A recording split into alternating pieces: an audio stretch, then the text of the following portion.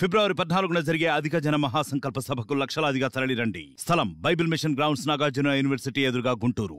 ఇవాళ మనం ఇక్కడ ఆసరా 4వ విడత మరి మీకు ఏదైతే జగన్మోహన్ రెడ్డి గారు హామీ ఇచ్చారో ఈ మండలానికే దాదాపు ఇప్పుడు 40 కోట్ల రూపాయలు మీ ఆసరా పథకం కింద రిలీజ్ చేయడం జరిగింది. టోటల్గా ఈ మండలానికి దాదాపు 160 కోట్లు ఇప్పటి వరకు నియోజకవర్గం 160 కోట్లు రిలీజ్ చేయడం జరిగింది. అట్లాగే మొత్తం మీద దాదాపు 25,000 కోట్లు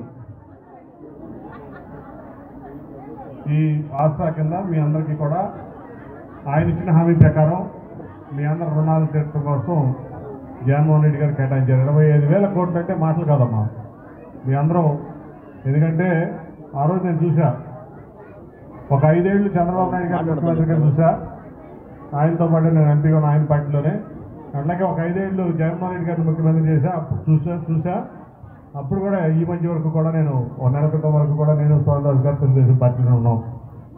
ఆ రోజు రైతు రుణమాఫీలు చేస్తానని చెప్పి ₹1 కూడా రుణమాఫీ చేయకుండా ఎగ్గొట్టినటువంటి వ్యక్తి చంద్రబాబు నాయుడు గారు.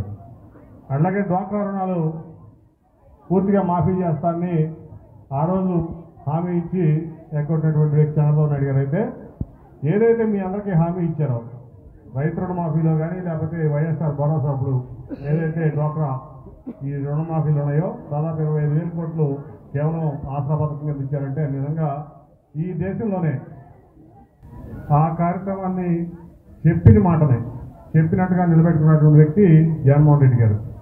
ఇవాళ మీ అందరి కోసం 25 లక్షల కోట్లు 2.5 లక్షల కోట్లు మరి సంక్షేమ పథకాల రూపంలో ఈ దేశంలోనే ఎవరిని ఇచ్చారంటే స్వతంత్రం వచ్చిన తర్వాత ఈ దేశానికి 1947లో స్వతంత్రం వస్తే 52లో ఫస్ట్ ఎలక్షన్ జరిగితే అప్పటి నుంచి ఇప్పటి వరకు ఎంతోమంది చూసాం ముఖ్యమంత్రులుగా, ప్రధానమంత్రులుగా. కానీ నేను మాట ఇచ్చాను, ముఖ్యంగా పేదవారికి, మధ్యతరగతి వారికి, ఆ వర్గాలకి నేను మాట ఇచ్చాను. నేను మాట మీద తప్పకుండా నిలబడాలి. ఎన్ని ఇబ్బందులైనా సరే నేను పేదలకు ఏదైతే మాట ఇచ్చానో దాన్ని పూర్తిగా తప్పకుండా పాటించాలని ఒక కట్టుబాటుతో, ఒక క్రమశిక్షణతో ఆయన చెప్పినట్టు దాన్ని ఆయన మేనిఫెస్టో ఏదైతే పెట్టారో చెప్పిన ప్రతి మాట నవరత్నాల రూపంలో చెప్పిన ప్రతి మాట కూడా అమలు చేసినటువంటి వ్యక్తి ఈ భారతదేశం అంటున్నారంటే అది కేవలం జగన్మోహన్ రెడ్డి గారని చెప్తున్నాను, తెలియజేస్తున్నాం.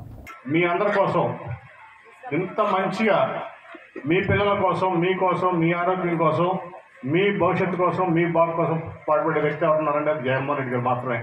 పొద్దు నుంచి కూడా నేను, స్వామిదాస్ గారు, మన నాయకులందరం కూడా కొండపురం గ్రామం వెళ్ళాం. చక్కటి వెల్నెస్ సెంటర్ బ్రహ్మాండం కట్టారు కొండపురం గ్రామంలో. నేను ఈ మధ్య చాలా చూసాను ఈ నెల నుంచి. ఎందుకంటే మీ ఆరోగ్యం కోసం మీ ఊర్లో ఒక నర్సింగ్ స్టాఫ్ని పెట్టి 14 రకాలైనటువంటి వైద్యాలు చేయటం, దానికి సరిపడా 140 రకాలైనటువంటి మందులు దాంట్లో పెట్టి ఇవ్వటం. అట్లాగే ఇంకేదన్నా వస్తే కనుక ఇంకా మంచి వైద్యం కోసం మందులు కావాలంటే తెప్పించి మీ ఇంటి దగ్గర డైరెక్ట్గా డెలివరీ ఇవ్వడం అనేది నేను ప్రపంచంలోనే ఎక్కడ చూడాలి, భారతదేశంలో కాదు. నేను ఒక ఎంపీగా కానీ, ఒక వ్యాపారవేత్తగా కానీ నేను ఈ భారతదేశం అంతా తిరిగా, అన్ని రాష్ట్రాలు చూసా, 200 దేశాల పైన తిరిగా ప్రపంచంలో. కానీ ఇటువంటి ఇంటికే మీకు వైద్యం పంపించేటువంటి వ్యక్తిని కేవలం జగన్మోహన్ రెడ్డి గారిని చూశాను. ఇది అతిశయోక్తి కాదు. అట్లాగే ఆర్బీకే సెంటర్ ఒకటి ఓపెన్ చేశాం రైతుల కోసం, రైతులకు అందుబాటులో. అలాగే సచివాలయంలో 10 మంది 11 మంది అఫీషియల్స్ మరి మీకోసం పనిచేస్తున్నాడు. ప్రతి 2,000 మంది కోసం. మామూలుగా సచివాలయం అంటే రాష్ట్రానికి ఒకటే ఉంటుంది. భారతదేశంలో 29 రాష్ట్రాలకు 29 ఉంటాయి. ఒక యూనియన్ టెరిటరీకి ఒక గవర్నర్ జనరల్ ఉంటారు. కానీ ప్రతి 2,000 మందికి ఒక సచివాలయం ప్రపంచంలో ఇచ్చేటువంటి వ్యక్తి ఎవరున్నారంటే కేవలం జగన్మోహన్ రెడ్డి గారు అని చెప్తున్నా. మీరు ఎక్కడికి వెళ్ళవసరం లేదు, విసనపేట రావసరం లేదు, తిరువురు వెళ్ళవసరం లేదు, విజయవాడ రావసరం లేదు, లేదా ఇంకెక్కడికి వెళ్ళవసరం.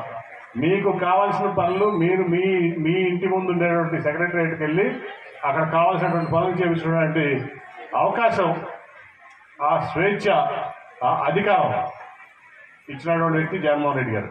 అట్లాగే విసనపేటలో 5 కోట్ల రూపాయలు పెట్టి 30 పడకల హాస్పిటల్, మన హాస్పిటల్ చైర్మన్ గారు కూడా మెర్సీ గారు 30 పడకల హాస్పిటల్ ఓపెన్ చేసుకున్నాం.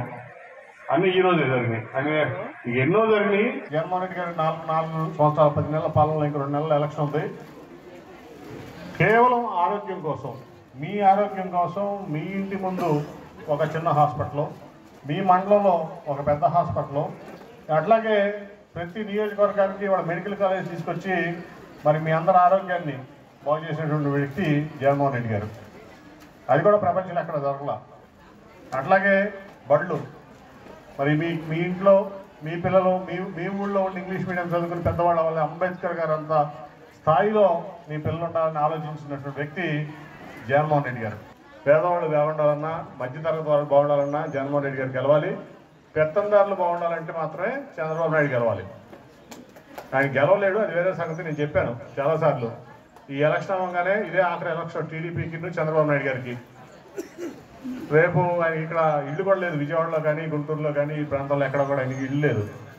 శుభ్రంగా ఏదో ఎవరో ఇచ్చిన ఇంట్లో ఉంటున్నాడు ఆయన తాళం వేసుకుని ఆయన సొంత రాష్ట్రం వెళ్ళిపోతాడు ఈ ఎలక్షన్ అవ్వగానే. ఎక్కడ ఆయన సొంత రాష్ట్రం? తెలంగాణ, హైదరాబాద్లో ఉంది ఆయన ఇల్లు. ఇక్కడ ఎక్కడా లేదు ఆయనకి. ఎప్పుడో వాళ్ళ తాతలు కట్టినది ఎక్కడ నారావారిపల్లిలో ఉందేమో కానీ నాకు తెలియదు.